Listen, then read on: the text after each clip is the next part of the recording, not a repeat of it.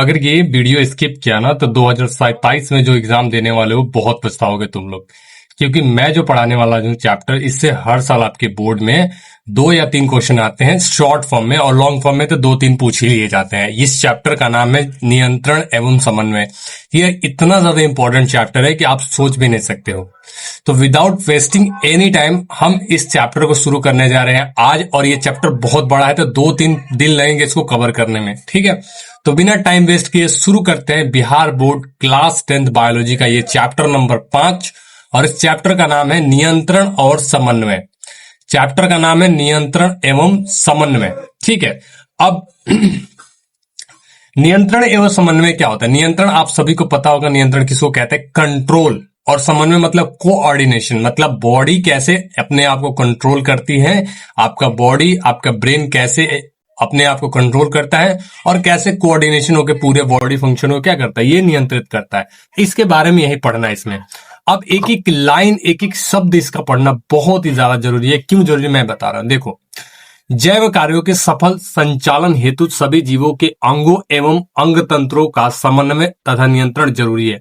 देखो, जितने भी जीवित प्राणी के अंदर जितने भी कार्य होते हैं उनको कहते हैं जैव कार्य। जितने भी क्रियाएं होती हैं उनको बोलते हैं जैव क्रियाएं, ठीक है। अब जैव क्रियाएं होने के लिए 1-2 टिश्यू या कोशिकाएं नहीं लगती है, बहुत सारी कोशिकाएं और अंग होते हैं जो मिलकर अंग तंत्र बनाते हैं। और कई सारे अंग तंत्र मिलकर एक साथ काम करते हैं एक बॉडी के संचालन के लिए। तो नियंत्रण और समन्वय बहुत जरूरी है किसी भी जैव क्रिया को संपादित करने के लिए, इतना याद रखिएगा, ठीक है। अब जो छोटी छोटी कोशिकाएं होती है, जैसे एक कोशिकीय जीव होते हैं जिनका शरीर एक कोशिका का बना होता है। जैसे एग्जांपल में आप ले सकते हो क्लेमाइडोमोनास हो गया, अमीबा हो गया, पैरामीशियम हो गया, ये सब जो जीव है। तो इन सभी में क्रियाओं का जो संचालन होता है ना, और उनका जो नियंत्रण समन्वय होता है, मतलब उसका शरीर का जो भी संचालन होता है, जैसे कोई भी कंट्रोल जो उनके अंदर होता है वो सिर्फ और सिर्फ सिंगल सेल से होता है, क्योंकि एक ही कोशिका है। तो एक ही कोशिका में सब चीज होता है उनका। तो उस अकेली कोशिका के द्वारा ही क्या होता है, उसका नियंत्रण समन्वय होता है। बाकी और चीज, जल की जो बहुकोशिकीय जीव होते हैं उनमें बहुत सारे सेल्स होते हैं, बहुत सारे ऑर्गन्स होते हैं, बहुत सारे टिश्यूज होते हैं। तो उनको कंट्रोल करने के लिए एक बेस, मतलब एक बहुत वेल डेवलप क्या होता है, कोऑर्डिनेशन सिस्टम क्या होता है उनके अंदर फिट होता है। जैसे हमारे अंदर हमारा ब्रेन और हमारा स्पाइनल कॉर्ड है, उसी तरह बहुकोशिकीय जीवों में, अलग अलग जीवों में क्या होता है, दिमाग और क्या होता है, स्पाइनल कॉर्ड होते हैं, जो हमारी बॉडी को क्या करते हैं, कंट्रोल करते हैं, ठीक है। अब देखो, बहुकोशिकीय जीवों में भिन्न भिन्न कार्य करने के लिए अलग अलग सिस्टम लगे होते हैं, ठीक है ना। पौधों में भी कोऑर्डिनेशन और कंट्रोल होता है। आप बोलोगे पौधे तो चल फिर नहीं पाते हो, तो कैसे कंट्रोल और कोऑर्डिनेशन होता है? बाबू, हमार सिर्फ चलना फिरना कंट्रोल नहीं होता है। पौधों में फल आना, पौधों में पत्ती लगना, पौधों में पत्ती का झड़ना, पौधों में नए फूल खिलना, ये सारी क्रियाएं भी तो हो रही है ना। तो उसको भी तो कंट्रोल करना चाहिए ना कोई चीज होता है ना। तो उनमें भी नियंत्रण समन्वय होता है और हमारे अंदर भी नियंत्रण समन्वय होता है। लेकिन हमारे में और उनके में बहुत अंतर है। हमारे में और उनमें क्या है, बहुत अंतर है। क्यों? क्योंकि देखो, जंतुओं और पौधों के नियंत्रण समन्वय में बहुत सारा अंतर होता है। देखो, पौधों में तंत्रिका तंत्र नहीं पाया जाता है। पौधों में कोई तंत्रिका कोशिका नहीं होती है, ना कोई ब्रेन होता है, ना कोई स्पाइनल कॉर्ड होता है, ना कोई न्यूरॉन्स होते हैं, ठीक है। पौधों में केवल रासायनिक नियंत्रण होता है। इस लाइन को ना एकदम भेजा में उतार लो अपने दिमाग में, यहाँ पे, ठीक है ना, यहाँ पे भेजा में उतार लो। पौधों में केवल नियंत्रण एवं समन्वय होता है। पौधों में केवल जो नियंत्रण होता है ना, वो रासायनों के द्वारा होता है, केमिकल्स के द्वारा होता है, ठीक है ना, हार्मोन्स जिनको अपन लोग कहते हैं। अब सबसे पहले यही टॉपिक भी है कि पौधों में नियंत्रण समन्वय पहले पढ़ लेते हैं, उसके बाद जीवों में पढ़ना स्टार्ट करेंगे। तो यहां से हमारा टॉपिक स्टार्ट होता है, पौधों में नियंत्रण एवं समन्वय, ठीक है। पौधों में नियंत्रण समन्वय का कार्य पादप हार्मोन के द्वारा होता है, जिन्हें फाइटो हार्मोन्स कहते हैं। याद रखिएगा, जो भी पौधों में नियंत्रण एवं समन्वय होता है किसके द्वारा होता है? पादप हार्मोन के चलते, मैंने पौधों के अंदर जो हार्मोन है उसके द्वारा होता है, और जिनको हम लोग क्या कहते हैं, फाइटो हार्मोन्स कहते हैं। फाइटो मतलब होता है पौधा, और हार्मोन्स मतलब तो आप समझ रहे हो, हार्मोन, ठीक है ना। तो फाइटो हार्मोन माने पेड़ पौधों के अंदर जो पाया जाने वाला हार्मोन, उसको फाइटो हार्मोन कहते हैं। और यही फाइटो हार्मोन पौधे के अंदर क्या करते हैं, पूरा का पूरा उन लोगों का कंट्रोल और कोऑर्डिनेशन देखते हैं, ठीक है। पौधों में वायु उद्दीपनों को ग्रहण करने की क्षमता होती है तथा उनके अनुसार गति करने की भी क्षमता होती है। ऐसी गति को अनुवर्ती गति या फिर ट्रॉपिक मूवमेंट कहा जाता है। पौधे जो होते हैं ना, वो बाहरी से स्टिमुलस को ग्रहण करते हैं और उसके अनुसार गति भी दिखाते हैं, और उसके अनुसार जो गति दिखाते हैं उसको हम लोग कहते हैं अनुवर्तनी गति, उसको कहते हैं ट्रॉपिक लेवल। जैसे बहुत सारी होती है गतियां, जो गति कितने होते हैं, निम्न प्रकार के होते हैं। जो भी अनुवर्तनी गति होती है बहुत सारी प्रकार की होती है, एक एक करके सबके बारे में पढ़ते हैं। सबसे पहले प्रकाश अनुवर्तन। प्रकाश अनुवर्तन, इसमें क्या होता है, पौधा जो है ना हमेशा प्रकाश की ओर भागता है। पौधे के अंग जो है प्रकाश की ओर गति दिखाते हैं, और इस प्रकार की गति को हम लोग कहते हैं प्रकाश अनुवर्तन, और इंग्लिश में इसको कहा जाता है फोटोट्रॉपिज्म। क्या कहा जाता है, फोटोट्रॉपिज्म। ठीक है, मतलब इसमें पौधे का अंग क्या है, प्रकाश की ओर गति दिखाते हैं। जैसे क्या है ना, अंधेरे में एक पौधा लगा दो और खिड़की के पास उसको रोक दो जहां धूप हो, तो देखोगे पौधा कहां पे चढ़ेगा, खिड़की की तरफ भागने की कोशिश करेगा जिधर से धूप आ रही है उसको, क्योंकि पौधे को धूप चाहिए। पौधे धूप के बिना क्या है, सर्वाइव नहीं कर पाएंगे। इतना समझ जाइएगा। ठीक है, तो प्रकाश की तरफ जो गति दिखाते हैं उसको हम लोग क्या कहते हैं, प्रकाशानुवर्तन। ठीक है ना, और इसका जो है तने के शीर्ष भाग में बेसिकली हम देख सकते हैं, माने ऊपरी वाले भाग में। ठीक है ना, जो पौधे का तना होता है ना ऊपरी भाग, उसको हम लोग क्लियरली देख सकते हैं उसमें कैसे होता है प्रकाशानुवर्तन। दूसरी जो अनुवर्तनी गति है उसको हम लोग कहते हैं गुरुत्वानुवर्तन, इसको बोला जाता है जियोट्रॉपिज्म। अब इसमें देखो, इसमें पौधे के अंग गुरुत्वाकर्षण की दिशा में गति दिखाते हैं। अगर पौधे का अंग गुरुत्वाकर्षण की दिशा में गति दिखा रहा है, मतलब नीचे की तरफ दिखा रहा है, तो उसको हम लोग बोलते हैं गुरुत्वानुवर्तन। और गुरुत्वानुवर्तन देखा जाता है जड़ों के अंदर। जड़ों के अंदर याद रखिएगा, हमेशा जड़ों में गुरुत्वानुवर्तन ही होगा, प्रकाशानुवर्तन नहीं होगा, याद रखिएगा। इसीलिए एग्जाम्पल हम यहाँ पे इंपॉर्टेंट लगा दे रहे हैं ये। ठीक है ना, अब जड़ों में क्यों, क्योंकि देखो जो जड़ होते हैं ना हमेशा गुरुत्वाकर्षण की ओर भागते हैं। अगर पौधे को तुम सोच रहे हो ना कि तुम पौधे को, ऐसा पौधा होता है सीधा, अब मान के चलो एक बात बताओ, चलो इस तरीके से एक पौधा है, ठीक है ना, इसका जो जड़ है इस तरीके से नीचे है, तो तुम अगर इस पौधे को ऐसे गिरा दो, ठीक है ना, ऐसे गिरा दो, तो अब इसका जड़ जो है, मान चलो ये जड़ था ऐसे, ये किधर जाएगा, ये जड़ ऐसे नहीं रहेगा, ये जड़ हमेशा ऐसे नीचे की ओर भाग जाएगा।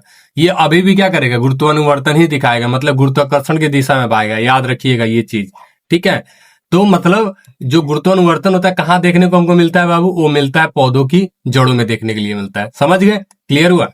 ठीक है, अब रासायनिक अनुवर्तन देखने के, रासायनिक अनुवर्तन किसे कहते हैं, रासायनिक अनुवर्तन मतलब होता है केमिकल्स। यह गति रासायनिक उद्दीपनों के कारण होती है, मतलब केमिकल्स के कारण देखने को मिलती है।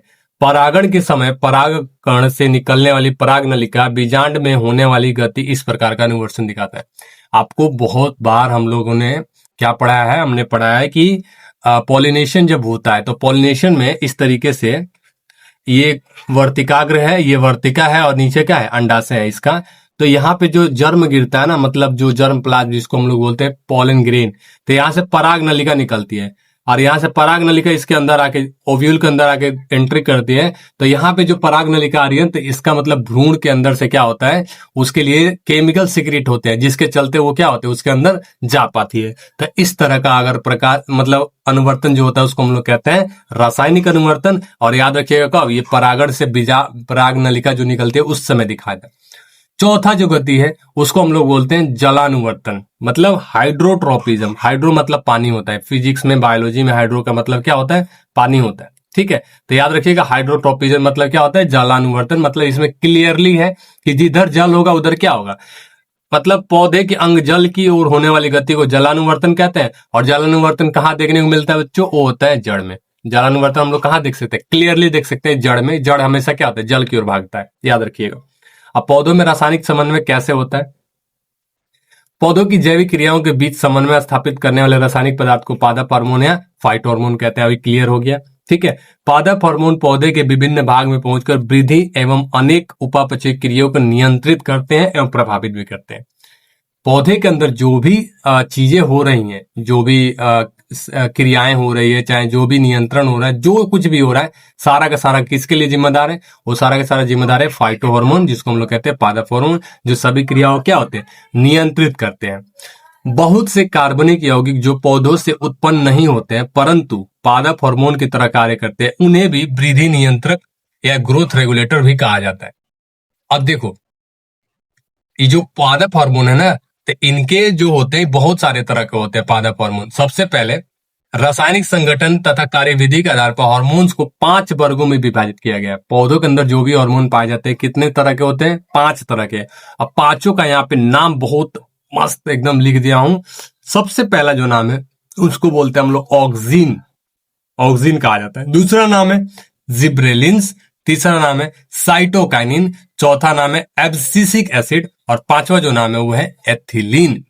ये नाम एकदम भेजा में उतार लीजिएगा, अपने दिमाग अगर है तुम में तो अपने दिमाग में उतार लो, और दिमाग नहीं है तो कॉपी में उतार लो, लिख के उतार लो। ये 5 नाम याद रखिएगा, मरते दम तक याद होना चाहिए आपको कि ये 5 नाम कौन कौन से, auxin, gibberellins, cytokinins, abscisic acid और एथिलीन। अब एक एक करके इसके बारे में पढ़ते हैं कि इन सब का काम क्या है। सबसे पहले ऑक्सिन। ऑक्सिन ऑक्सिन का सबसे पहले संश्लेषण कहाँ होता है? यह स्तंभ शीर्ष, पौधे के सबसे ऊपरी भाग में होते हैं। पौधे के सबसे ऊपरी टॉप भाग में, जो नया नया पौधा का जो डाल बनता है वहां पे, पौधे का स्तंभ शीर्ष पर मुख्यतः होने वाला ये कार्बनिक यौगिक कोशिका विभाजन और कोशिका दीर्घन में सहायता करते हैं। यह कोशिका विभाजन को तेज करता है, माने कोशिका विभाजित जो हो रही है उनको स्पीड को और क्या करता है, बढ़ा देता है, जिससे पौधे की गति क्या होती है, बढ़ती है। और कोशिका दीर्घन, जो कोशिका विभाजित है उसकी साइज भी बढ़ाता है। और ये कहां पे बनता है? शीर्ष स्तंभ पे बनता है। और इसका काम क्या है बाबू? तो ऑक्सिन के द्वारा मुख्यतः पौधे के तने में वृद्धि होती है, याद रखिएगा, इसकी लंबाई बढ़ाता है पौधे के। और ये प्रायः बीज रहित फलों के उत्पादन में भी इसका उपयोग किया जाता है। सीडलेस अंगूर होता है ना, बनाना होता है, बहुत सारे फल है जिनमें सीड नहीं होता है, तो उनमें भी ऑक्सिन का उपयोग ही किया जाता है। तो ये कंप्लीट हुआ, ठीक है, ये कंप्लीट हुआ। दूसरा जो हार्मोन है उसका नाम है जिबरेलिन्स, ठीक है। और जिबरेलिन्स समझना है कि एक हार्मोन का नाम नहीं है, जिबरेलिन्स पूरा ग्रुप का नाम है। और जिबरेलिन्स में बहुत सारे ग्रुप, बहुत सारे हार्मोन है। जिबरेलिन्स में मुख्य जो हार्मोन है उसका नाम है जिबरेलिक एसिड, जिब्रेलिक एसिड, जो जटिल कार्बनिक यौगिक है। और ये क्या करता है काम? ये कोशिका विभाजन और कोशिका दीर्घन में क्या करता है, मदद करता है, जिससे पौधे का स्तंभ की लंबाई में वृद्धि होती है। मतलब सेम ये भी क्या करता है, पौधे के तने की लंबाई में क्या करता है, वृद्धि करता है। साथ ही साथ इसका और भी ज्यादा उपयोग किया जाता है, बृहत आकार के फलों का उत्पादन और फूलों के उत्पादन में इसका उपयोग किया जाता है। जो जिबेरिलिन्स है ये क्या करता है कि पौधे की लंबाई में और तने की लंबाई में क्या वृद्धि करता है, और साथ साथ बड़े फूल और फल अगर बनाने हो तो इसका उपयोग किया जाता है। क्लियर हुआ? तीसरा, साइटोकाइनिन। साइटोकाइनिन ये ऐसे रासायनिक कार्बनिक पदार्थ है जो बीजों के भ्रूणपोष एवं पौधों की जड़ों में संश्लेषित होते हैं। याद रखिएगा, जो चीज बोल रहा हूं ना, 50 बार बोल रहा हूं, याद रखिएगा इस चीज दिमाग में कि इन हार्मोन्स का याद रखिए कहां पे ये बनते हैं और इनका काम क्या है। इस पे 100% क्वेश्चन आता है हर साल। याद रखिएगा कौन सा हार्मोन कहां बनता है और इसका काम क्या होता है। साइटोकाइनिन कहां बनता है? भ्रूणपोष में बनता है और पौधों की जड़ों में बनता है। और ये कोशिका विभाजन में मुख्य भूमिका अदा करते हैं। ये जीर्णता को रोकते हैं, जीर्णता को रोकते हैं एवं पर्णहरित को काफी समय तक नष्ट नहीं होने देते, जिससे पौधा हरा भरा रहता है। जीर्णा मतलब पौधे को बूढ़ा नहीं होने देते। पौधे में भी बूढ़े होते हैं ना, कुछ साल बाद बूढ़े होते हैं और वो मर जाते हैं, उनका भी एक लाइफ स्पैन होता है ना पौधों का। तो ये क्या करते हैं कि पौधों के पर्णहरित जो होता है उसको नष्ट होने से बचाते हैं, जिससे पौधा अधिक दिन तक क्या होता है, जीवित रहता है। अगर पर्णहरित ही नहीं रहेगा तो प्रकाश संश्लेषण कौन करेगा, और प्रकाश संश्लेषण खाना नहीं बनेगा तो मर ही जाएगा पौधा। ये चीज। चौथा जो हार्मोन है उसको हम लोग कहते हैं एब्सिसिक एसिड।